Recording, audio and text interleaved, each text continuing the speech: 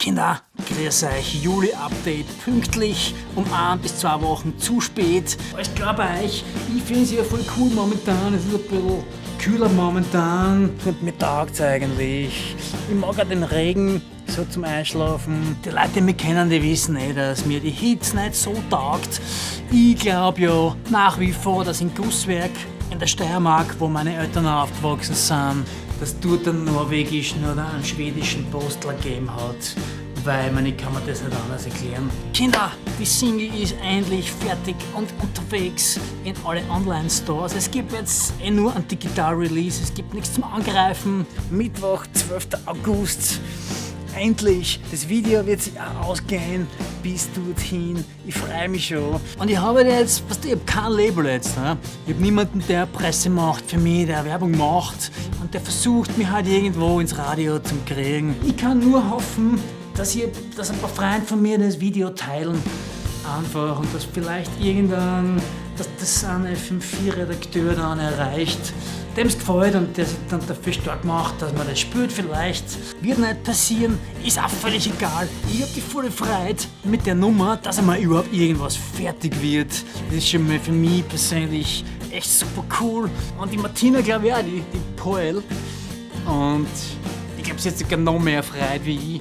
Und ich mag sie ja menschlich total gern und sie hat sich total bemüht beim Einsingen und beim Video und es war echt cool, mit ihr zu arbeiten und wir verstehen uns auch menschlich voll gut und nicht deswegen hat sich das schon ausgezahlt, die Nummer jetzt zu machen. Ja, und das Album, es gibt das Cover schon und es gibt einen Titel schon, Dreckig wird hassen, sagt man das überhaupt vorher schon? Das Album wird schon dauern, glaube ich. Ich meine, was der mit der Band, das rennt schon gut. Also zumindest mit Michi, dem Schlagzeuger, haben wir schon die 8 Nummern jetzt da. Ein bisschen brauchen wir noch. Kommt man vor und dann, dann musst du das aufnehmen und mischen und mastern. Und dann musst du das ins Presswerk, bis du das dann zurückhaust. Und ich bin jetzt ein bisschen vorsichtig schon mit Prognosen, weil man weiß ja nie, was passiert. Aber ich sage jetzt einmal, 2021 wird sie jetzt wirklich ausgehen. Ja, und sonst, ich werde auf jeden Fall kein Akustikalbum jetzt machen. War mal kurz der Plan, dass ich ein Akustikalbum mache und ein Album mit der Band, weil es ja live auch so ist. Wenn ich solo was spiele, bin ich mehr so Geschichten-Erzähler und das mit der Band sowieso. Ja. Aber mit Schlagzeug, am Bass und einer Orgel wahrscheinlich. Und das halt dann in den Clubs und am Donauinselfest spielen, eine normale Band halt.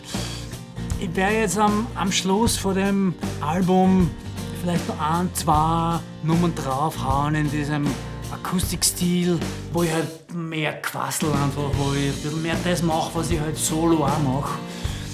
Dass ich halt einfach Geschichten erzähle, ja.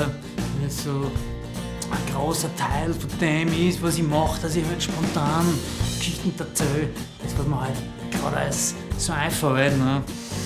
Ja, und sonst, ich weiß auch nicht, Hockey fängt wieder an. Es gibt nicht viel momentan, wenn du jetzt so in einer Wohnung sitzt, irgendwo in Wien, ohne Familie und ohne so fixen Hocken und so, muss man halt alles nehmen, was so daherkommt. Und mir taugt es jetzt schon, also Hockey hat wieder angefangen, ist mir eigentlich ein bisschen egal. Ich bin seit 2 Jahren ein bisschen weg von Hockey, aber das finde ich schon cool und ich habe mich schon so ein bisschen gefreut drauf. Und gestern geschaut, wie die Canucks haben gewonnen, Serie ausgeglichen, 1:1.